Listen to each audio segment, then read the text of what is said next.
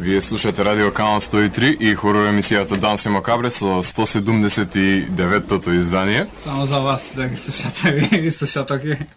Едно специјално издание кое ви го подготвивме за една исто така специјална тема. Серијата која што сите толку добро уживавме и ја гледавме, True Detective. Така. Едно од најочекуваните епизоди за оваа сезона, меѓутоа мораше некојаш да се случи, така? Да. И Мораше. по таа повод имаме и опасна екипа која е со нас, која ќе ви зборува за своите импресии и впечатоци од прва рака. Иако не се метиме хонахи. Да. Меѓутоа се подобра алтернатива од нив. Со мене и со Боки во студиото се Христина Шакерова и Јована Мишковска. Здраво, здраво. Здраво, здраво. Јована ја знаете од емисијата, незиниот глас го знаете од емисијата која што ја посветивме за American Horror Story. Јован, се извинувам, Христина, ја слушате секој вторник од 4 до 6 часот попладне. Значи денес. Да, денес. На- Втор пат во ради. Втор Бек пат, да да. вклуче. Меѓутоа за добар повод. Така. Ќе ви зборуваме за серијата која што влезе во длабочините на Луизијана и ја најде Каркоса. Ги најде забранетите кралства со сите окултни ритуали кои следуваа во неа. Први импресии и први впечатоци од серијата која добивте кога прв пат ја погледнавте? По првата епизода гледање. Кој да почнем? Ајде. Океј, па... Значи, ја морам прво да наповедам дека оваа серија ме фатила многу тиња период во животот, кој имав таков баш екзистенцијалистички адолесцентски мисли. И као ми легна, Ова ти легна, така. многу ми легна. Јак. И така баш некој тапа период зима, многу ладно, не искачам од дома, мислам за животот. И ми викаат ова една серија да гледаш, нешто True Detective, ја рекам, нема заебави, не гледам такви детективски причи. И тогава бе нешто окултни моменти, она, и викам, мајва, ќе почнам, и зјам да гледам серијата. И првата епизода реално многу спора некако ме возеше, али... Не видов дека некој- остатокот ја згорел Да. брзината. Не, али видов некој потенцијал, пошто интересни теми почна да се чепкаат, оно. Јас да мислам дека тоа ќе биде првото што мисля да се реда, дека во секоја епизода ќе има различен крај, Различен да. случај, добро. И веќе кога видов дека се поминати како пола саат од првата епизода, се реков, не е ништо друго. И всушност тој повеќе ме привлече да ја гледам затоа што знаев дека ќе има нека по-дубока прича од целата серија. И не те изневери очигледно. Па не ме изневери Се се до- до крај 6-та епизода. Океј беше. Одлично. Јована? Па јас исто настапив се на таква предрасуда како и Христина, дека тоа ќе биде една обична детективска приказна, еден серијал каде што во секоја епизода ќе се решаваат некои различни убиства. Ќе ме скашат кисмет. Ама бев позитивно изненадена со тоа што некако поинаку почна да тече дејството и едноставно ме фати во еден момент. Па можам само позитивно да коментирам за серијата заради тоа што стварно излезе од некои такви граници на детективски серијали и ни го презентираше на некој начин бекстејџот на сите тие детективски приказни, всушност Што се случува со самите детективи? животите на тие детективи.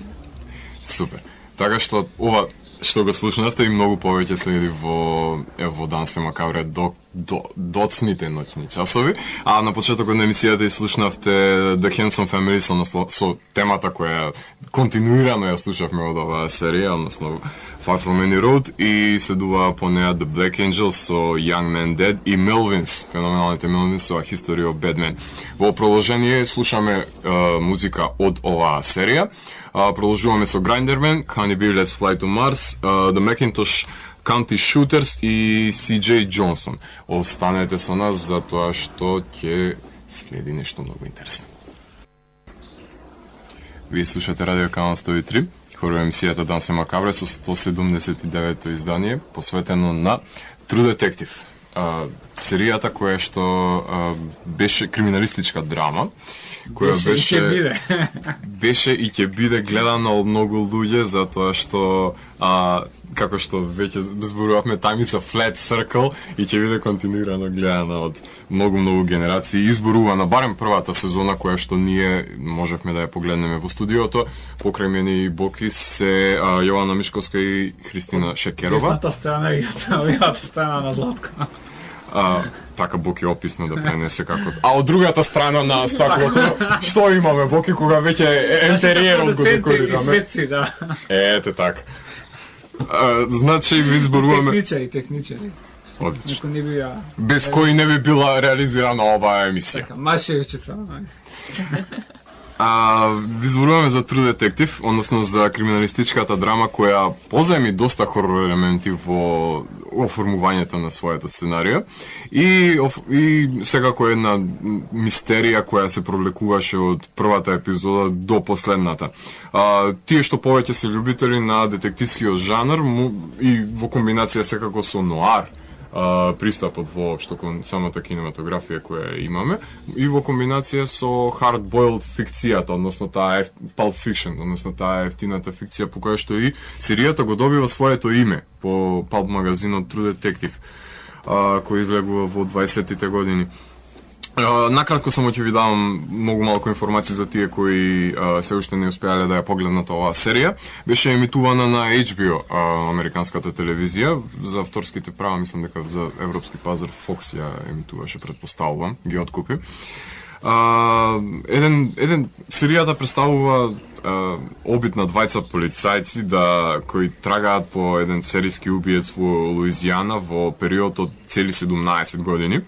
Што значи дека серијата воопшто поминува низ 3 големи временски периоди, од кои што првиот е 1995 година, кога е првото убиство, односно ја наоѓаат жртвата така ритуално поставена во една позиција во обожување на божествата. Вториот временски период е 2002 година, кога веќе се во возрастни сите, очигледно и дека случајот има своја прогресија, и секако 2012 година кога се водат интервјуата од страна на други двајца детективи кои сметаат дека нешто не било во ред со самиот случај, односно со случајот кој го воделе главните ликови, да, но не може да откријат што е. И нормално по давањето на тие интервјуа во поглед на истрагата, серијата го дојде својот епилог, односно. Повеќе може акцентот да остави, серијата може да се стави акцентот во тоа што се истражуваат ликовите повеќе отколку што се води сметка за самата истрага, односно за доловување на аспектите на истрагата. Барем тоа претпоставам дека сите може да се сложиме тука, затоа што таа екзистенцијална воопшто нишка во тоа како гледачите имаат можност да ги погледнат страдањата на самите ликови кои преминуваат, откривајќи го случајот, сите дедент, односно ќорсокаци на кои налетуваат во една истрага, се можеби споредни во контекст на тоа што се случува воопшто со нивниот приватен живот. Може да потенцираме кои се главните ликови во ова чудо од серија? Девојки? Ги имаме Метју Макконахи и Вуди Харелсон, во кој Метју го Едниот глуми... доби Оскар, другиот не.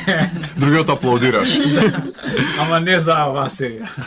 Може допринесува, да, окей. Очигледно, Метју Макконахи глуми детективот Растин Спенсер, односно Расти Кол, додека Вуди Харелсон го глуми Мартин Ерик, односно Марти Харт. Значи, Расти и Марти си ги запознавме и си ги доближивме до нашите срца, кој колку може. Наши си се, не ги Да, даваме. не ги даваме, да.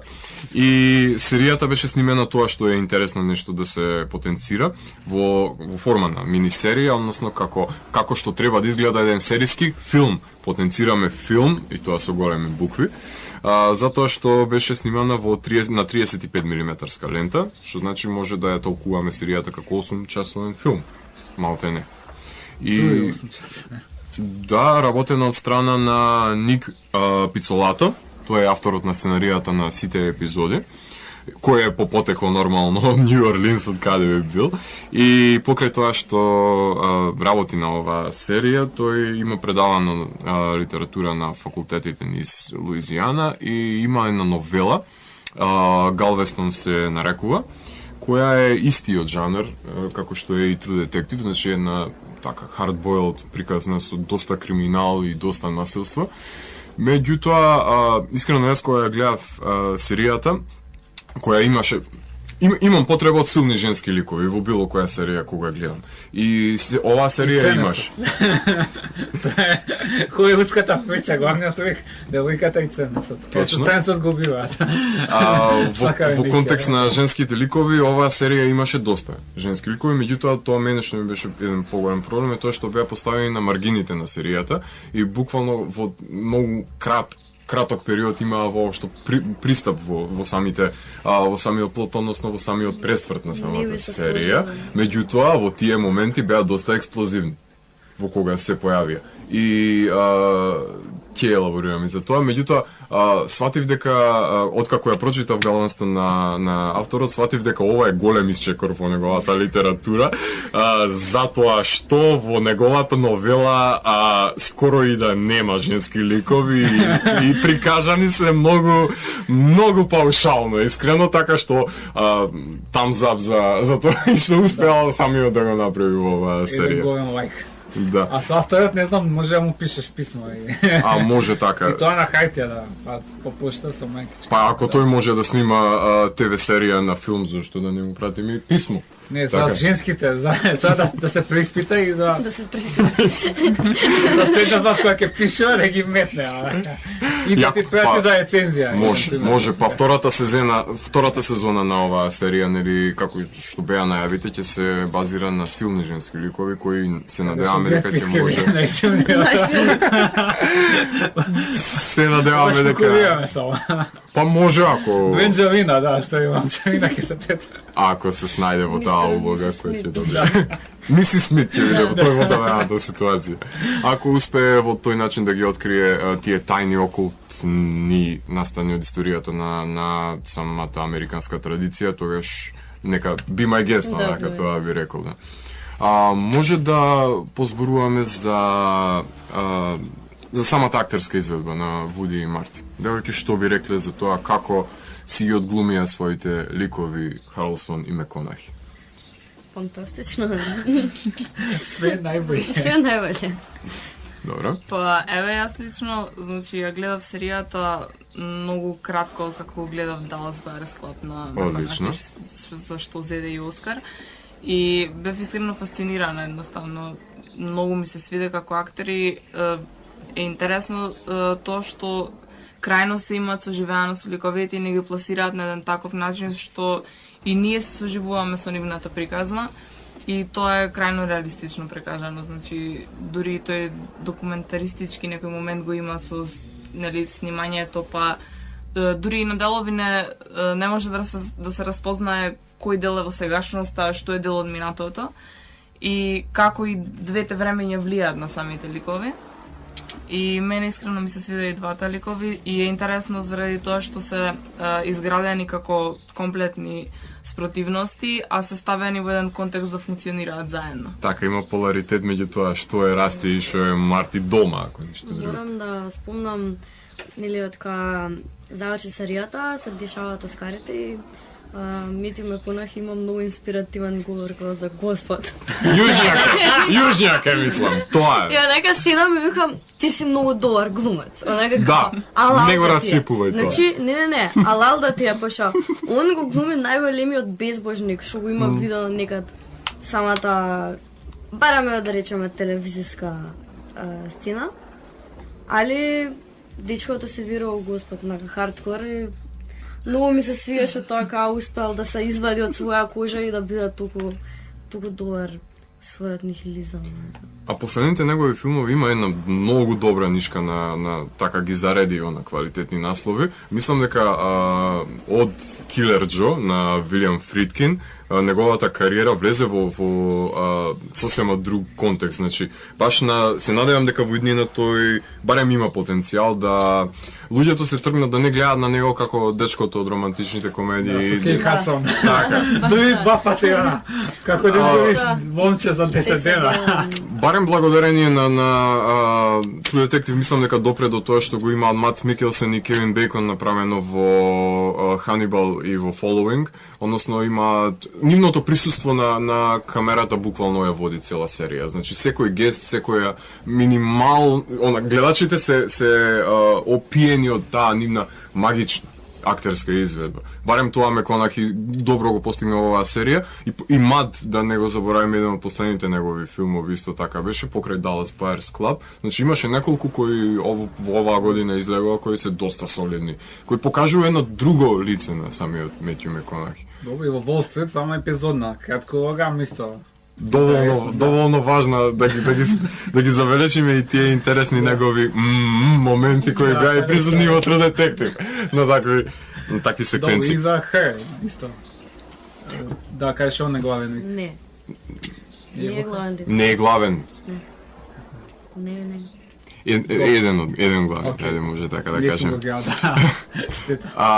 Што би кажале за ликовите, како што веќе споменавме, значи од една страна ги имаме еден антисоцијален реалист каков што е Расти, со неговата сопруга Клери Софија, мислам дека беше неговата ќерка која е почината, со која што и воопшто почнува серијата на роден ден на неговата ќерка која се наоѓа првото убиство. И од една страна некој може да отолкува како алкохоличар и зависник онака од наркотици, а од друга страна го имаме мачо верзијата, односно ја го имаме Марти Вуди Харелсон, кој е доста амбивалентен, доста конвенционален човек, меѓутоа има една нишка во него. Има нешто се крие под тепихот во поглед на Марти и сосема различен начин на живење на живот има, нели? Тоа може да го потенцираме. Тоа што кажуваш како поларитет, Јована, односно едниот со семејниот живот. Човек, да. А другиот се сеќаваме на станот, не? Да, нели.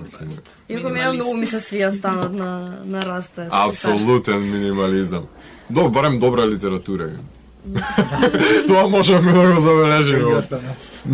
И потенцира тие некои, значи и во самите ликови има некои такви спротивености, например гледаме дека и Расти нели на некој начин ќе знае да се снајди со дрогата и со алкохолот, а од друга страна е па крајно стабилна личност, што знае да се спротистави на сето тоа. А од друга страна па го имаме и неговиот партнер кој што е наводно некој семен човек, а некогаш па знае и да не е баш. На моменти. Да, тоа прстенот околу прстот нешто многу го пече. Да. Меѓутоа е доста интересно таа good cup bad cup поделеност што има посебно во секој детективски филм мора да го има, меѓутоа тоа е едниот лош вик. Да, меѓутоа тука Расти кога ќе го пратиме да извади некое сведоштво, тоа е. Тука нема утка. Како влегува под кожа на криминалците, тоа е нешто чудо. Да, на крај не ги требаше сами да признаат, така да. До тоа ниво, да, тој момент ги носеше. Прешер. Да, квалитетен притисок. Може да напоменеме нешто и за сценографијата. Во каков свет беше воопшто True Detective поставен. Во Луизијана како беше прикажана во целиот контекст, затоа што немаме детективски серии искрено што се толку богати барем на бирање на локации. Снимано е колку што се сеќавам 110 дена или така нешто има за снимање од јануари до јуни, значи тоа се 6 месеци на барање локации и снимање од тие чудни предели на Луизијана. Крајно филмични локации, мислам дека за тоа сите би се согласиле заради тоа што ја надополнуваат атмосферата и исто би направила една таква споредба, најчесто тие криминалистички серии гледаме само дел од канцеларијата нивна. Задимени соби се случува многу чисто. А тука имаме прилика да погледнеме некои прекрасни пейзажи на Луизијана. Стварно многу добар избор на локации кои што оставаат сами по себе еден таков силен впечаток. Така го шумите воопшто тие прекрасни предели, тоа чудните дрва кои се настраде онака ливада и сите тие кадри кои прекрасно изгледаат, ако се сеќавате, кога одат во ранчот на проститутки насреде никаде. Тоа има прекрасни кадри со разгренетото дрво во позадина на Расти и Марти кога земаат интервјуа.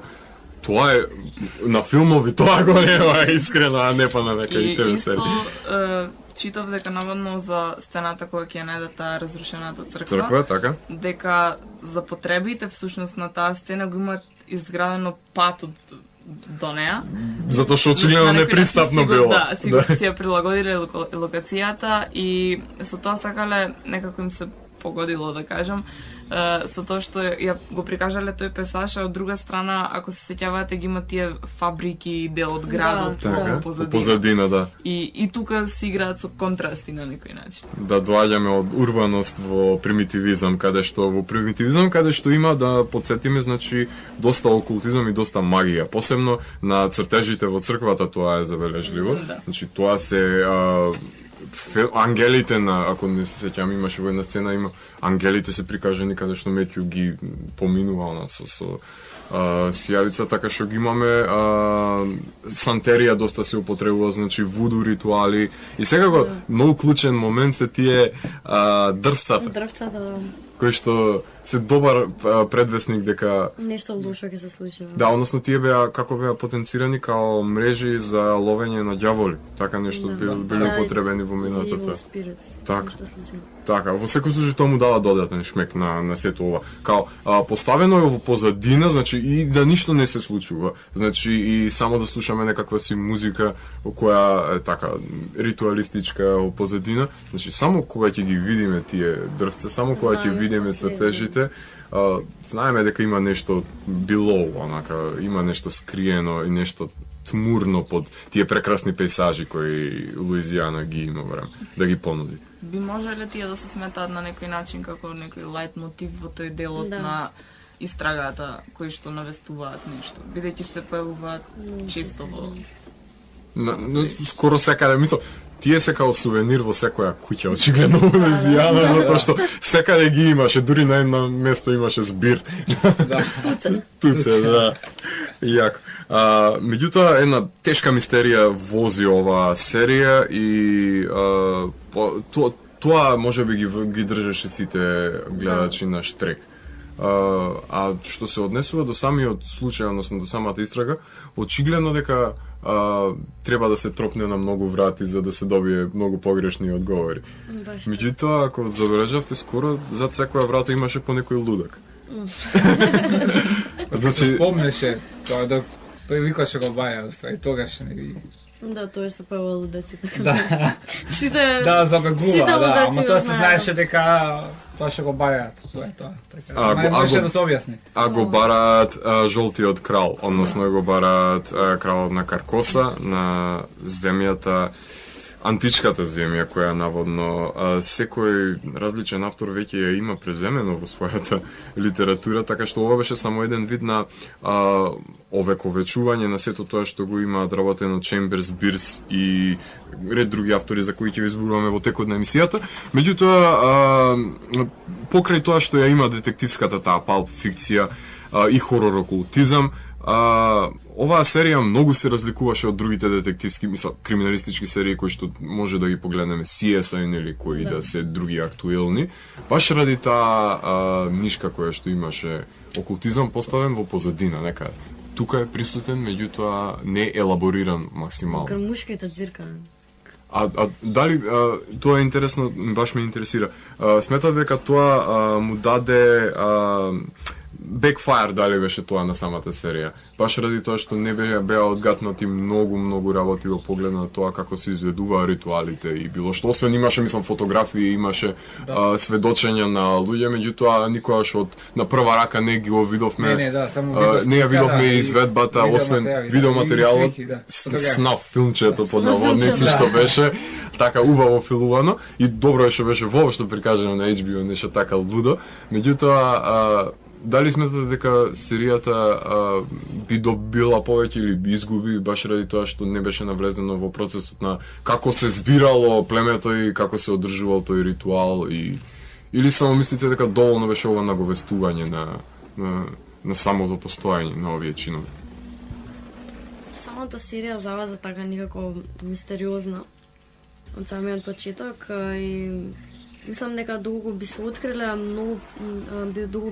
ритуалите, ќе се изгуби моментот на екзистенцијализмот. Значи не беше толку битно окултизмот беше повеќе као сајдплот, као да биде поскокотливо, али самата најглавна прича беше да се открие внатре, значи ја вака гледам на серијата. Имаше многу хорор елементи, али најголемиот хорор што може да се сретне е една психолошка состојба на лик. Значи, хоророт на човековата душа, ако може вуку дубоко да се изразам. Така. Али самиот хорор таму повеќе го гледав отколку тие мрачни окултистички теми. Така да мислам дека нема да има никаква потреба од додатна образложување и препотенцирање. Океј, детериација значи на една персона и како поминува низ целиот тој вртлок. Па, јас делумно би се сложила со тоа што баш заради тоа што самата серија почна така мистериозно и окултно, очекував да има повеќе. И сметам дека можеби баш таа присутност на окултното во поголема мера можеби би придонесла и во драматургијата на самата серија доколку знае правилно да се изигра. Но во секој случај е тука тој психолошки хорор прикажан и сега тоа можеби подоцна ќе го коментираме крајот беше така. Да, епилогот го чуваме за нашиот крај, да. Меѓутоа 6 минутниот кадар како го доживеавте? Ајде, кадарот без прекин. Па не знам, ме заваза, нека го гледав и тоа беше единствениот момент кој имаше акција, птен, апла акција, баш најдетективската епизода од цела серија беше тоа. Која искрено и не дека нешто многу има врска со самата приказна. Не беше никаква врска, али баш беше фантувачо, нака беше супер као одмор малце од овие муабете, дека видат се тепаат, се пукаат. Така. Супер, нека. Као за секој по нешто си имаше таман. Точно така. Да си ги задржи сите гледачи од сите проминенција и калибри. Па со оглед на тоа дека да, точно беше тоа единствената сцена каде што имаше толку многу акција, најверојатно единствената сцена каде што потрошиле повеќе време и се потрудиле за да ја направат така, затоа што имаше и многу луѓе кои што синхронизација бара тоа во точно време да се излезе, да се влезе во кадар, блокирање имаме. Интересен е моментот кога сваќаш дека нештото трае. Да. Очекуваш дека тоа ќе биде некоја нешто пресечено. Сцена, да, пресечено и сваќаш дека трае, дека во еден момент прескокнуваат ограда и се уште трае. Камерата е уште со ликовите, значи, оу шит, имаше многу момент. Панорамски моменти имаше, мен тоа ми се свиеше, кога тим беше. Ја не знам толку многу кога за кинематографија и техника на снимање, али серијата беше работена од феноменални автори, посебно директор на фотографија, еден австралијански манијак кој ги има снимено, ги има работено, односно фотографијата на Lore, Animal Kingdom и Snowtown Murders. Значи, Animal Kingdom и Snowtown Murders се филмови кои се врзуваат за иста тематика, односно за еден од најзлобните австралијански серијски убици. Така што кој си чувал онака луѓе дома за туршија, што би рекле. Така што има земено човек кој многу добро си ја знае својата професија. Меѓутоа може да направиме една паралела со тоа на што потсетуваше. Значи Twin Peaks е најпрвото нешто што мора да го споменеме. И самиот автор, односно самиот Ник Пицолато го потенцира тоа дека Девид Линч и Twin Peaks, посебно убиството Лора Палме, имаме убиство таму, тука имаме Дори Лейн, така што некој криптограм си игра тука нешто. Меѓутоа, ете Angel Heart да го земеме како еден синоним, мене ми се допаѓа многу така, еден hardboiled хорор со Роберт Де Ниро и Мики Рурк од 80-тите години. Севен може да го споменеме као паралела баш ради убиствата. Баш ради убиствата. Еден од најмилените актери на Бог. Ова е емисија. Млади денови. Точно, да. Убиствата како беа изложени како дел од уметнички перформанс во Седум. Ако може да се нарече тоа дека воопшто некако Па и видно кога веќе го перформанс. споменав на Седум, нели има и гласини дека најверојатно Бред Пит би бил во Да, втората се, за сезона. тоа е он. Гравитира Бред Пит тука нешто. Да не снима сега. И секако сите тие јужначки воопшто хорор филмови почнувајќи од Texas Chainsaw Massacre до Deliverance, каде што се на и Hills Have Eyes, каде што Метју Макконахи има глумено by the way во Texas Chainsaw Massacre во едно од продолженијата, така што нема. Да, во неговата младост, така што глуми како Да, јужнак тоа доста. млади денови, да. Некој што го Истин изолпа. confused, да, млади. Така што е добро запознаен со југот, господинот Макконахи. Може тука да направиме една кратка музичка пауза. Ќе слушнеме две опасни композиции. Ајде така, тие се во четвртата епизода, ако не се лажам, каде што која повеќе беше потенцирана на музиката, односно на различни локации имаше различна музика, не знам, во клубовите имаше хип-хоп, во байкерскиот онака клуб имаше рок-н-рол и heavy metal, така што на секоја имаше електронска музика во забавата во шталите. Да. Имаше баш она беше за гледање епизодата. За слушање. И за слушање, пак. Затоа ќе слушнеме Melvins од The Brain Center at Whipples и Sleep, ако ви се верува, саундтракот на овој филм Holy Mountain ќе слушаме во продолжение на Дансе Макабре. Уживајте! Пуштај музика. Вие слушате Радио Канал 103. Место за спаве. А сигурно не спиете, предпоставуваме, заради тоа што Да, ја имаме. гледате True Detective. Или не слушате нас. Заедно, позадижно. Тоа е можеби најдобитната комбинација. Со мене со Боке се Христина Шекерова и Јована Мишковска. Ви зборуваме за True Detective, односно ви зборуваме за најразличните аспекти кои се врзува во поглед на оваа серија. Режирана од Кари Коджи Фукунага, кој е добитник на, мислам дека лауреат е на Sundance, конкретно има добиен со Син Номбре, и режисер на Джейн Ейр подоцна, нешто што многу не ни менува во поглед на тоа на самата серија, меѓутоа е интересно тоа што е најмен од Warner Bros да го работи ремейкот на It на Стивен Кинг. Така што очигледно дека True Detective му отвори некои врати на господинот Фукунага. А Ит ке го најде дефинитивно. И ке се најдат на по. Тоа е неизбежно во секој случај. Ви зборувавме во претходниот блог за ликовите, конкретно ви зборувавме и за самата стилистика, односно визуелната естетика која е присутна на самата серија. И ви ги начнавме сите тие локации кои се доста евокативни и доста присебни. Односно, многу интересни за тоа што како во еден детективски жанр не се воопшто присутни, меѓутоа True Detective ја отвори таа врата и на големо тој CSI шаблон го надмина на многу нивоа и баш го третираме како еден 8-часовен серијски филм, 8-часовен филм наместо една серија како што мини серија која што би тангирала и добро е што излезе од тој концепт на 13 епизоди во сезона или 20 дури има некои од овие од CSI, така што 24. Тоа се 24 ете. И ова е доста добро што ја врати мини серијата на големите екрани, да. Нешто што можеби во Европа повеќе се третира, конкретно европските серии се во кој Англиските се формат, 6. британските Шерлок 6, така. Сега тоа актуелно. Како најдобра паралела може да ја направиме неа.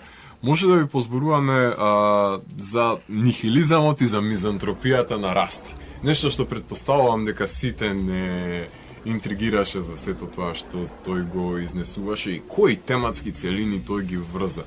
Во претходните блокови кои беа поврзани со музиката ги слушнавте и дел од неговите изјави. Конкретно еден од почетоците диалогот на серијата каде што во автомобилот во кој се возат Расти и Марти разговараат за религиозната припадност на самиот Расти. И тоа е еден убав интересен дискурс и како христијанството воопшто е прикажано во оваа серија, односно религиозната нишка. Имате нешто во контекст на тоа расти и неговото растијанство, ако може така. Христијанство. Како што веќе напомена дека тој е човек од југот и тој очигледно има раскрстено со ѓаволот на раскрсницата, така што ова е доста субверзивна улога пред се. Со голема тежина. Да. Прво доаѓа многу зафркната позадина, као што го познаме. Прво нели трагедијата што се случува со Кирко, а потоа и неговата професионална предалба, нели као видување на, како се викаат тие, притаени агенти, Undercover момент, agents, да. Баш во но зафркнат на тајна мисија. Да, во зафркнат сектор као што тоа со другата и кај што многу се дрогира тој. Неговото име нели не постои, скриени се податоците, дури и самите детективи кои го вадат интервјуто не ни знаат ни што има поминато. Така да Ангажиран од власта за било какви потреби нормално. Така да он е лик со многу чуден психолошки склоп и многу специфични настави што му се случиле во животот. И мислам дека таа поедовна точка може да зборуваме дека самиот раст има нека основа во своите верувања, дека не е само некој, да речеме, лют мочко кој што решил да се нафура на ударен филозофски правец, туку едноставно животот баш со својот тек го има наведено на тие песимистички, ако може така да кажам, размислувања. Дури до таа мера да веќе се откаже од она што ни останува на сите на крајот, надежта за задгробниот живот, нели можеби, или она што следува по смртта, самиот спиритуален дел од секој човек кој што во поголема или во помала мера го носи во себе, кај него е во многу мала мера присутен, односно, да речеме, првите 7 епизоди скоро и да не е воопшто.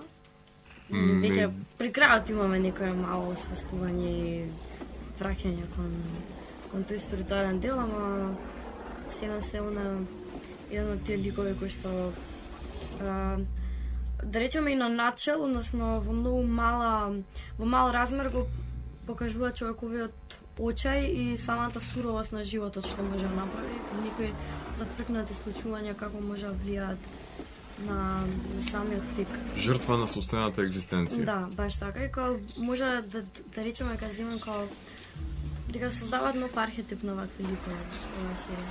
Што се длабоки, богати и очигледно речити во случајот на Расти. На читање. Затоа што тука го имаме Томас Лиготи и Фридрих Ниче на стероиди. Значи во неговите диалози имаме еден дури многу интересно ми е како е прикажан во последните сцени, кога жолтиот, односно кога се во борбата во последната епизода, кога е прикажан као жолтиот крал го повикува као дојди свештениче, она као come preacher, нешто дека затоа што цела сезона мислам веќе споделува. Practice what you preach. Так. Тоа Сакаш смрт, јас сум тука да ти подарам смрт. Браво. Тоа е на крајот од моментот као сепак тој инстинкт навладува нека през нас, дека се бориме за животот и тоа е. Он не се предаде едноставно. Не знам дали не се предаде толку кога за цената на својот живот или за самото тоа што веќе 17 години се жустра да го фатат ликот и одинат да речеме дека едноставно реши да биде доследен на тоа што го имал, да. Меѓутоа, баш тој момент што викаш ти на просветлување е доста, не знам колку му е местото во сето тоа, затоа што последната сцена буквално и неговиот исповед за кошмарот кој што го имал каде се сретнува со неговата ќерка, гледаме еден сосема друг раст, гледаме еден трансформиран човек кој веќе е во допир со неговиот духовен свет, со тој кој што цело време го негирал. И тоа е многу интересна работа, бидејќи многу често во окултизмот, во било какви езотерични науки или како да се нарекуваат, има еден момент што се вика кога некој преминува на другата страна, секогаш се враќаат со многу поголема духовна и спиритуална енергија вратено, односно Така. самото тоа дека пророците многу често се случувале луѓето што сакале да бидат пророци или било какви гледачи, шамани, што и да е, така. морале да стигнат до таа точка на премин, односно да бидат Таа трансгресија да биде пред смрт, постигната. баш пред смрт, за да на еден начин се поврзат со мртвите и подоцна кога се вратат да ги имат видено и двата света и на тој начин да баратаат. И сега тоа било ставано. Кога Барем ја веќе така го гледам дека Така, кога веќе има податоци дека станува збор за задгробен живот, нормално дека тука не е тоа Не е баш. циничен нихилизам као завршуваме сите под земја и тоа е Ние крајната скапуваме приказна, да. свеќиња искачат од нас после тоа или мотива. Ако гледаме така. А и низ целото дејство тој нихилизам му е на некој начин и оправдан според мене заради тоа што баш со оглед на тие случувања во неговиот живот и искуствата кои што тој ги иззел од токму тие случувања на некој начин се друго е ирелевантно. Баш. Сега на крајот тука нели станува зборови за неговата ќерка и за во тој спиритуалниот дел. Па на некој начин да, би се сложила дека кога ќе видиш нешто од другата страна, можеби се враќаш променет. И интересно е тоа што додека расти менува низ неговата трансформација, го имаме Марти од другата страна, кој е... Јас ги доживувам како двајца каубојци кои доаѓаат од некој си друг универзум и решаваат некој прилична точно така. Решаваат некој нерешлив случај кој очигледно дека си влече корени од многу подлабоко затоа што станува збор за некаква си секта, култ кој има поданици своји, очигледно по фотографиите вршеле некакви си ритуали со потребата на еленските рогови. Веќе се споменуваат сенатори кои дека се во игра затоа што искрено и не би можеле да функционираат ако тоа не би биле инволвирани моќници. Да. И во полицијата и во Затоа што да биле некоја мала група на не знам, на така субверзивни дечки кои што се собрале да се жртвуваат, да, и да прават журки во ливади. Да. Тоа би било решено со една рација и крај на муаветот. Не на средина на серијата кога влегоа во куќата и мисля дека го решил, стои не го решил. Проблемот, ама не ви тука имаше. Момент. Не ви со две деца, да, не ви која, затоа и го пукаше која. Да, кога го пука, да. Можеше после да ги прикријат. Регила ду. Да, тука имаш изјавата, затоа што првите два временски периоди буквално мора да им веруваме во тоа што ќе го кажат Марти и Расти, затоа што нивните изјави ги валоризираме како дека тоа се случило затоа што истрагата очигледно дека се зема изјавата за поглед на истрагата. Меѓутоа имаме баш во тој момент што го потенцира со двете деца кои ги носат во рацете, имаме еден момент кај што Расти го имаме во позадина како зборува и како неговата изјава не соодветствува со тоа што го гледаме. Да, и неизменично идеја сцените и изборењето. Изборењето. Да, тоа е интервјуто што го даваш. Така што тоа доста говори за тоа колку валидно е сето тоа, додавајќи ги халуцинациите кои ги имаме на Расти, што се сосем уште еден друг елемент кој дури и неговиот живот ќе го чинат во последните сцени. За кои што може да ја отвориме дискусијата во поглед на самиот епилог и што тоа вие девојки мислите за како ликовите со кои 7 епизоди живеевме и навивавме и се соживувавме на различни елементи го доведоа до тој епилог. Односно, како резултираше? Сега прво морам исто да напоменам како што кажав на почеток. И како што објавив на Facebook дека после 3 недели имаме ладна глава, имаме смирени страсти, ја изгледавме серијата, ни слегна. Так. И сега можеме да правиме муавет, кога веќе не сме под импресии, не сме толку субјективни. А и самиот муавет во текот на целата емисија маце ми смени моите мислења за крајот, веќе не сум до толку хейтер за тоа како заврши самата серија. Али како и да, ја на почетокот многу се разочарав, тоа е јавно го кажам. Да, да. Дека ме разочара серијата тоа како заврши. Уште стоам на тоа дека беше многу избрзана, значи Веќе во 6-та епизода знаев дека ќе мора многу да се измучат за да го извадат крајот, го извадија крајот, окей беше. Али пак мислам дека самиот потенцијал на серијата можеше да се извади многу повеќе од тоа што дојде кога завршито. Затоа што високо ниво беше постигнато со естетизацијата Да, до тој момент и крајот беше барем во крајна граница солиден, може да речеме, Да. меѓутоа не беше епски во никој случај. Беше доследен, Доследен, да. Не беше нешто као вау, бум или браво. Несензационалистички беше баш во тој момент каде што се донесе таа одлука најверојатно да се оди на варијантата да останат живи до крајот и да се сносат со сето тоа што го имаат преживеано, односно да се мачат со нивното постоење се уште. Иако мене многу ми е интересно самата представа, значи вака. Раст, низ целата серија го гледавме како опасен песимист, а и неговата представа за задгробниот живот не беше нешто многу светла. Така да тука може да правиме момент за тоа дека самиот начин на живот што го живееме може да ни даде нови по тоа Што следува што по тоа? следува понатаму. Тоа е бидејќи многу од тие ствари се некои, не знам, процеси кои што се дешаваат во мозокот, не е ништо посебно спиритуално, туку се едноставно флинчиња што ни ги пушта мозокот за испраќање, онака, да ни каже чао. Така за збогување со животчет. Самиот начин на живот на Раз, таков мрачен и останал неговиот живот и задгробниот живот понатаму пак изгледа како една тажна место, кај што не ќе ме набираме. Али ми изненади мојата The Light Spinning на крајот од денот, тоа што Once there was only darkness, but now I can see that the light is winning. Така да сите колку и да се правиме нешто песимисти и мрачни, мислам дека сите би не било прилог да победи светлината. Како и стикуваш. Па всушност тука и There be light. тоа што го споменавме Good Cup, Bad Cup, нели тој со луѓето кои што нели пробува да им извади изјава од нив, секогаш ги фаќа на финтата на redemption всушност, дека и на крајот и тој застанува на некој начин голу пред самиот себе. И си паѓа на собствената финта. Баш тоа му се деси, да. Го впива гревот на другите и страдаваш поради тоа. Да, тоа беше добро, онака тоа што го спомна ти кога ги испитува и на крајот од денот ги тера да дојдат до солзи, до покајување. Така да има еден момент на спиритуален учител, ако може така да кажеме.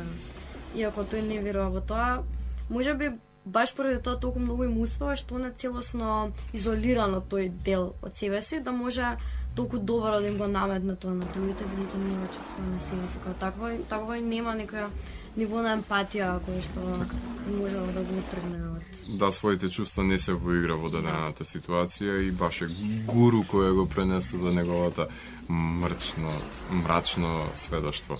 Кој па има голем удел во тоа што е неискажано, односно наговестено и сугерирано во самата серија и додава една голема доза на неизвестност, да кажеме, кон сета таа атмосфера и ежење која ја предизвикува, затоа што тие негови изјави прво се контроверзни, значи се да не се зезаме, значи Лиготи, Ниче и сета таа дружина се доста опасни автори и нивниот, барем кои се цитирани, кои се прочитани во неговиот механизам, се кога некој многу лесно кој би подбанал под влијание, кога би ги прочитал, дефинитивно би си рекол кога некој му пишува дека ние сме страдаме баш ради тоа што сме родени и треба сето тоа да го прекинеме, може некој буквалистички да го свати и да... Тоа е, мислам дека и самиот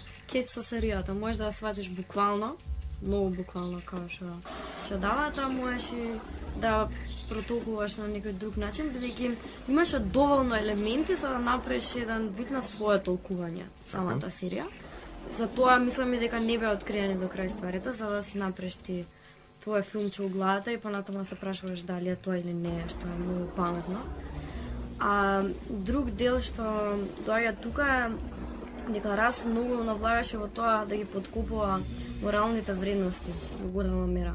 Значи имаше многу изјави каде што он го подкупува самиот морал како човеков концепт, осмислен дали тој функционира, дали треба функционира, дали моралот прво инхерентен доаѓа од натре или ние Или во фураме на дадениот морал. случај дека моралот мора да биде држен од религијата, во Да, случај тоа е ако е изговор на религијата, ако не е изговор, тогаш сите би станале убијци и би завршиле со ножот во туѓото грло. Да. И тоа е интересно како воопшто религијата беше употребена, односно тоа знаењето, скриеното знаење, кога ќе им се даде во голема доза на луѓето, како тие доаѓаат до лудило, односно дали тоа станува збор за луѓето кои што се опседнати со жолтиот крал и со Каркоса, дали станува збор за христијанскиот фанатизам, кој доаѓа до други екстреми, Да. кои што сме го виделе во голем број на светски војни.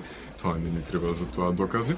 Меѓутоа е интересно како камерата така суптилно и ноншалантно ги покажуваше тие собири на фанатици кои се сосредоточени со сето тоа што им се сервира од страна на кој да е тој свештеник, односно проповед на мисата која и да се одржува. Во контекст на епилогот? Па, јас би прокоментирала нешто од тој продуцентскиот аспект. Ајде. Исто мене ми стои како можност дека најверојатно целата таа несигурност може да се види во епилогот на авторите на оваа серија, заради тоа што сите тие немаат некое минато огромно за нив и најверојатно влегле во овој проект така експериментално и сигурно не очекувале дека серијата ќе доживее еден ваков успех, па најверојатно и тој еден последниот дел е така малку како избрзан и некои работи остануваат недокажани. Меѓутоа, што е за пресврт за клучниот елемент кој го реши случајот? За зелените уши. Мислам, окей. Ајде само да потенцираме дека не баш сите ги фарбаат своите куќица. Ако е тоа некаков си аспект во самата локација. Меѓутоа, интересно е тоа што влезот во последната епизода во Каркоса, мислам дека беше феноменален. Со корењата и сите тие шуми низ кои се пробива, значи таа средба помеѓу доброто и злото, таа вечната борба помеѓу светлината и темнината, мислам дека имаше еден прекрасен долг влез во еден сосема нов свет во кој што сите бевме впиени, претпоставам дека сите го гледавме тоа со длабоки воздишки.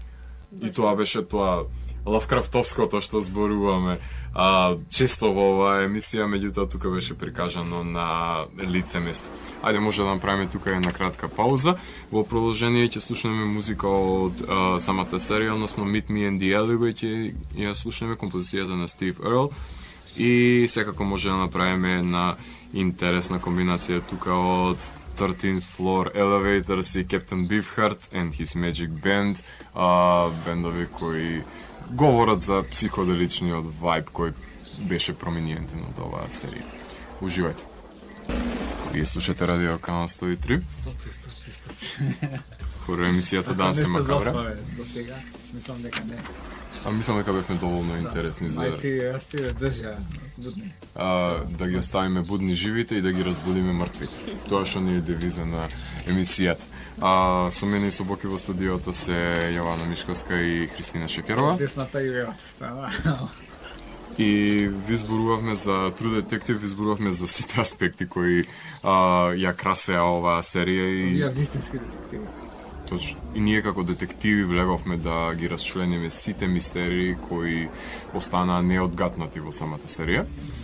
И еден аспект воопшто не го потенциравме во нашето излегување, а тоа беше жолтиот крал и од каде сето доаѓа, односно од каде доаѓа True Detective и сета таа идеологија која се врзува со окултните настани кои се случуваат на југот во Луизијана, Конкретно, тоа што се врзува за жолтиот крал, мора да потенцираме дека првото дело каде што е присутен е An Inhabitant of Carcosa на Емброс Бирс, еден од најциничните писатели кои работеле фикција, каде што Каркоса е прикажана како една некропола, каде што низ гранките кои се дувани од тие романтичарски ветришта, ги забележуваме гробиштата на праисториската раса, каде што во овој расказ се пројавува и еден дивјак, што мене доста ми асоцираше на тоа како беше прикажан во True Detective во сцената со газ маската, кој така ноншалантно се прошета од убиците насред ливада. И интересно е како во овој расказ на Емброс Бирс ја прави таа поврзаност со античката раса, односно на племенското уредување кое што било присутно во таа магична Каркоса, обвиена од корењата од дрвата кои ги заробиле гробиштата. И тука имаме нормално Бирс и неговиот пресврт, каде самиот наратор на расказот го гледа своето име на надгробната плоча во Каркоса. Меѓутоа, Роберт Чемберс е авторот на The King in Yellow, кој нормално дека централен лик во ова дело, односно ова дело е централно во контекст на тоа како се тематизира и како треба да биде представен жолтиот крал. Меѓутоа, во ова дело на Роберт Чемберс, станува збор за една представа која го носи насловот The King in Yellow, која ги полудува сите нејзини читатели. Спомената е во првите 4 раскази, секој кој ќе дојде во допир со таа мистериозна представа е во опасност, односно од тоа преголемо знаење кое таа го нуди во себе. И за целиот тој спаднат свет, односно светот на античкиот свет во кој е потенцирана Каркоса дека се наоѓа, сите се плашат од жолтиот крал, кој во еден сегмент од книгата е потенциран као да поседува громогласен шепот и од една перспектива од панорамска, конкретно во тоа што содржи Каркоса, ги имаме езерата и мистериите на хијадите, го имаме жолтиот знак кој е присутен на наметката на King in Yellow, кој го имаме и во самата True Detective серијата, нели како еден символ кој се провлекува низ целата серија. И тоа што е интересно за како е прикажан воопшто жолтиот крал, тој ја носи бледа маска без контури и наметка на себе, се разбира, жолта. И од самиот опис на Каркоса имаме кулите и езерото Хали, каде што владее вечен самрак. И за самата космогонија, односно за самата констелации и астрономски концепти за тоа како функционира Каркоса, имаме црните ѕвезди и сонцата близнаци кои се надвиснуваат над самата Каркоса, кои се дел од тоа како што представува воопшто таа митска земја. Често го споменуваме во оваа емисија и ќе го споменуваме H.P. Lovecraft. Секако во овој контекст може да ги напоменеме The Picture in the House и Beyond the Wall of Sleep, као раскази кои се врзуваат со руралните предели на југот на Америка. Меѓутоа, тој е повеќе важен за античките суштества, за земјите кои се појавуваат во сните. Тој ги зема сите елементи од Емброс Бирс и од Роберт Чемберс и ги прави во еден супериозен фазон, каде што ги имаме и култовите, го имаме и лудилото, и космичкиот хорор, значи H.P. Lovecraft топло би го препорачуваме без разлика дали сте љубители на жанровската литература или не. И едно дело кое мене ме остави фасциниран, A Season in Carcosa на Джозеф С. Пулвер, кој е издадено од 2012 година на Miskatonic River Press, една доста субверзивна издавачка куќа. Season in Carcosa е збирка на раскази кои се посветени на The King in Yellow, односно модерни автори кои се инспирирани од самото дело на Чемберс. Меѓутоа, Джозеф Пулвер е еден од најголемите познавачи очигледно на ова дело, како што е Тоши најголем познавач, на пример, на делата на Лавкрафт, така и Пулвер, кој ги презема сите елементи, односно дава една нишка на која што мора да се придржуваат сите автори на овие раскази, односно никој не смее да ја напише таа злокобна приказна и приказни кои се буквално раскази кои се базираат на канонот кој е поставен од самиот Роберт Чемберс, извинувам, за лудилото, за самоубиствените соби, за алтернативните реалности, за поделените мозоци, мисли кои се трујат во нив. Така што за сето тоа што се крие за маската на жолтиот крал, работени да потенцирам во модерна доба.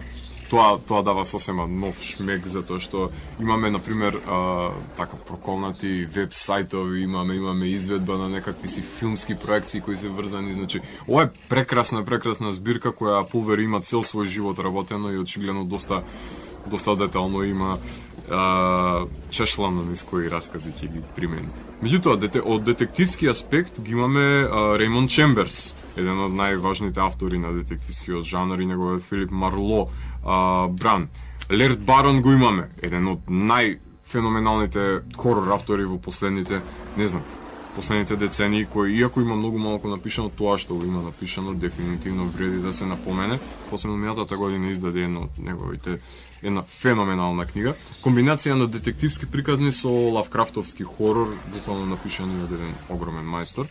Мојот фаворит Едвард Ли, мора да го споменам, и неговиот циклус на реднек хорор Хедер Крикерс Биг Хед, кој оди во сите екстреми кои се можни, ги покажува сето тоа што се случува во тие приколки на југот и сите тие перверзии кои буквално white trash аспекти. Меѓутоа има доста скршени детективи во неговите книги и има силни жени кои успеале тоа да го направат на нив. Имаме култовите и нивните практична примена, значи еден автор кој дефинитивно за мене е еден од најомилените, барем од живите. Брайан Евенсон, да не го забравиме неговиот Last Days, кој исто така е еден роман за детектив и кој навлегува во култ, каде што главна мисија е ампутирање, како еден вид на просветлување, што се врзува со тоа што се случува во True Detective, конкретно во ритуалите. Односно, The Brotherhood of Mutilation, мислам дека беше напоменат во неа. И да ги споменеме тука само Big Machine на Виктор Лавел и делата на Карл Едвард Вагнер. Хајде да ја кажеме како еден комбинација помеѓу тој детективски нуар во тој окултен ритуал. Само накратко од нихилизамот, кој што континуирано го споменувавме во оваа емисија, Томас Лиготи, The Conspiracy Against the Human Race. Едно многу страшно дело. Томас Лиготи е еден феноменален писател, меѓутоа ова е една комбинација помеѓу филозофија и хорор која на тој уникатен начин сите му се поклонуваме како тоа го прави, кој што потенцира дека не треба да постоиме буквално, значи ние сме грешка на самата природа и живеењето го третира дека не е во ред, дека е трагична последица на тоа што ние самите сме. Самата свест за него представува хорор и самиот хорор е тоа што сме свесни дека страдаме. Потенцира дека луѓето се човечки кукли, дека утехата на другиот свет е само залажување и дека сето тоа страдањето, преживувањето, размножувањето и смртта е еден концепт кој луѓето се изложени на сето тоа, да не се програмирани на еден начин, меѓутоа тој го изложува на еден доста суров и нихилистички пристап. И Фридрих Ниче го имаме тука, значи земете што сакате од така говореше за Тустра, земете Антихристот и било што буквално ви потенцираме од Джим Крофорд и неговата теорија за за прекинување на животот воопшто, за теоријата за абортусот, односно за антинаталитетот. Рей Брейзер го имаме како Nihil Unbound, една прекрасна книга која може да ја потенцираме во дадениот контекст, и делата на Юджин Текер и Девид Бенатар, како од контекст на нихилизамот. А американската готика, и тој аспект да го фатиме во контекст на True Detective, ги имаме авторите како Фленери О'Конор, како Кормак Мекарти, авторот на фамозниот Child of God и веќе The Road. Ги имаме Ширли Джексон, забораваме The Lottery и збирката на раскази, и секако Керен Расел со Свампландија. Тоа е мојот избор за кој што би препорачал за литература, која се врзува со True Detective, кој е заинтересиран може да прочита нешто повеќе и да навлезе во окултизамот кој владее на самиот југ. Затоа што имаше огромен број на луѓе кои влегува и шпекулира за можните епилози. Може да позборуваме за тоа кои алтернативни краеви би налетавте вие барем на сајбер просторот и мислите ли дека нешто би било повалидно од тоа што како заврши воопшто самата серија? Најлата баш на алтернативни краји, туку на алтернативни Толкувања, тоа. На самата приказна, кај што ви спомнам, многу од елементите кои што се спомнати во делото за Жолтиот крал, The Yellow King. Значи имаше трет на Reddit, каде што луѓе кои што се фанатици за серијата и на самата книга, прават некои референци помеѓу одредени символи што се многу битни во книгата и како ги земаат како наговестувачи на нешто во серијата, односно црните звезди што ги спомена. Многу често се појавуваат во сцени пред да се случи нешто лошо, односно Као предвестник. Да, као предвестник. Најбитен дел кој што може да го спомнеме тука, односно еден сайт плот кој што се развиваше многу како да кажам подмукло дури. Така. Дека Се протна. Сите не баш сите, али можеби некој забележа одредена тензија околу семејството на Марти и неговата ќерка која што во одредени моменти црта нели слики од спирали, а знаеме дека спиралите многу често беа символика во оваа серија, понатаму делот со кога ја фрла круната на сестра, знаеме дека многу често се појавуваше круна како нели роговите воопшто беа символизирани на Елен. И понатаму многу да речам хиперсексуални цртежи за 5-годишно девојче, нели? Дефинитивно и crime scene investigation сцената воопшто на злосторството прикажано со куклите, конкретно во нејзината соба. И најбитно е дека на нејзината врата има црни звезди, целата врата излепана со црни звезди. И така тоа да речеме дека е еден дел кој што остава на нас сами ние да го склопиме, доколку сме пратени повеќе, доколку не тоа ќе биде само една чудна епизода каде што таткото го запуштил својата ќерка и го напочнала да привлекува внимание. На тоа површно ниво би било толкова такви начини, да. Ако гледаме вака од таа символика и од окултистичката страна, ќе можеме да дојдеме нека само друг дел од сценариото кој што се протнува цело време. Исто така имаше многу интересен, сега не знам, ова преска коментиравме дека некој премногу нели има confirmation biases и си спојува одредени делови како што сака и прави него одредена шема. Како што му одговара на неговата причата. Така. Ама кога го спомнаме за тоа Make Flowers, то ми светна тука дека можеби нешто да има тука со сите цветни патерни, односно имаше теорија дека сите жени кои што биле на некој начин abused или злоставувани, имаат цветен дезен на себе си, односно да речеме девојката која што Марти ја наоѓа нели како проститутка прво во кампот, а понатаму има нели мала афера со неа. Првиот дел она носи во првиот дел ја гледаме неа во цветно фустанче, например. Жена му на Марти кога оди кај Раст во цветно фустанче облечена, значи таа епска сцена кај што не зема, она буквално го зема целиот плод во раката и точно во тој момент, во таа епизода дефинитивно таа го носи тој елемент кој го имаме скоро во сите детективски приказни, односно како партнерите веќе тоа спречкуваат и она тоа го направи многу подмугло и го зема сценариото буквално така го зашев тоа во своја раце и тоа беше прекрасно. Излитка го измоделира. Тоа да е една многу интересно. Меѓутоа интересно е кога ќе би се зеле сите тие аспекти, многу внимателно треба да се движиме тука, затоа што на пример многу елементи во куќата на Ерол Чилдерс, односно убиецот во последната, тоест човекот кој е гонет од страна на Марти и на Раст, Имаме, например, North by Northwest на телевизија, како се прикажува од Хичкок. Тука имаме огромен број на символиката со неговиот татко кој го чува во некаков степ. Така, во шупата си го чува таткото, па нели злоупотребата имаме од дедото тука во функција на нели инцестот го имаме во игра. Значи, голем број, ако би се зеле сите овие аспекти во игра, се плашам дека може да заминеме во ниво на Room 237 и да си нагаѓаме за сето тоа што би можело да биде дел од Shining, например, а што нема никаква допирна точка со сето тоа. Затоа најдобро е да се почекат и да се погледнат сите изјави, кога некој би ги соочил авторите на самото дело со некои нешто. Најверојатно не затоа што мистеријата ќе сакаат да остане комплетна каква што е, да не го продадеме делото максимално, да. Меѓутоа, тоа може да биде доста проблематично заради тоа што едноставно некои работи одговарале на самата сцена и затоа се нашли. Да. Тука треба внимателно да се оди. Повлекување шеми.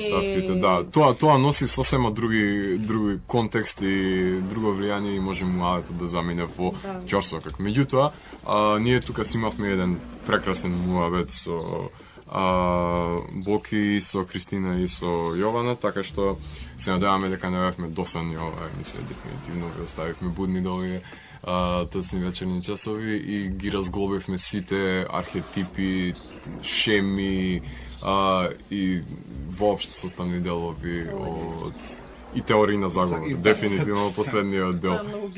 Многу важно. Се што е као многу релевантно во поп културата се повлекува со себе многу теории на заговор. И интересно е тоа што толку многу зборувавме и што толку многу имаме да зборуваме, меѓутоа тоа говори колку е богата оваа ТВ серија. Значи тоа е најдобар сведок за нештото, заради тоа што очигледно дека не се ова плитки ликови, очигледно дека не е ова плитко сценарио и дека се надеваме барем во втората сезона дека би имало се држал до стандардот што го поставира. Таа комплексност исто се гледа кога пробуваш на некој начин да сумираш што се случило. Затоа што дејството низ целата серија е така некако едноставно. Нема некои огромни кулминации или нема амплитудно поместување. А кога ќе пробаш се тоа да го собереш на едно место и да раскажеш што се случило, сваќаш дека тоа е навистина еден комплексен склоп и на односи и на личности. Да, и дека ви е потребно 2,5 часа тоа да го разглобите на канал 103.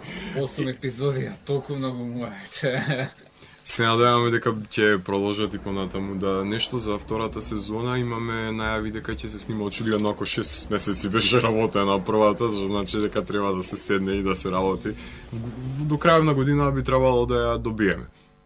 Најверојатно. Па да ќе падат еднаш годишно HBO го прават тоа често. Да, тоа е доста препознатливо за нив. Пак за време на зима, таман го погоди временскиот период кога сите се прилично депре. По дома и депре. И заробени. И антисошал скроз, така да...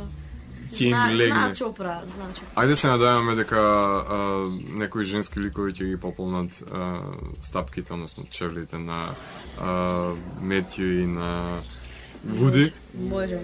И би било интересно како би влегле во нивните животи и како би допреле до тоа. Може би друг случај ќе има, може би друг окултен ќе биде. Не знаеме. Тоа ме плаши да не отидат нешто скроз различно да биде нека. Да, нешто спеси, спеси Не, тоа окей, да не биде нешто активно без врска, да се разводни само тоа. Ама не верувам. Ако продолжи оваа екипа на продуценти, автори, режисери да работи, сите се млади, сите се полетни, ќе учат од своите грешки и ќе се доусовршуваат, иако има многу малку простор за тоа, затоа што се феноменално. 4 рейтинг, така тоа е. Мога и актерскиот кастинг да мислам, доби глумци пак да одбре. Тоа исто. Во секој случај ние ќе внимаваме строго на тоа што прави True Detective и може да Да ви кријат на закажеме вистински детективи. Следната година во исто време. на исто време, ист состав и проширен се разбира сите кои сакаат да присуствуваат на ова дебата за тоа што можно е да се направи очигледно дебата за уметност, а не само за политички теми, така што ние го направивме моментално тоа. Така што луѓе ве оставаме со добрите звуци од True Detective, конкретно ќе слушнеме Black Rebel Motorcycle Club со Fault Line и композицијата која ја затвора воопшто оваа серија, изведбата на The Head со The Angry River. Уживајте во хорор филмовите кои ние ви ги сервираме и плашете се. Смејте се. И до наредното слушање, останете плашени.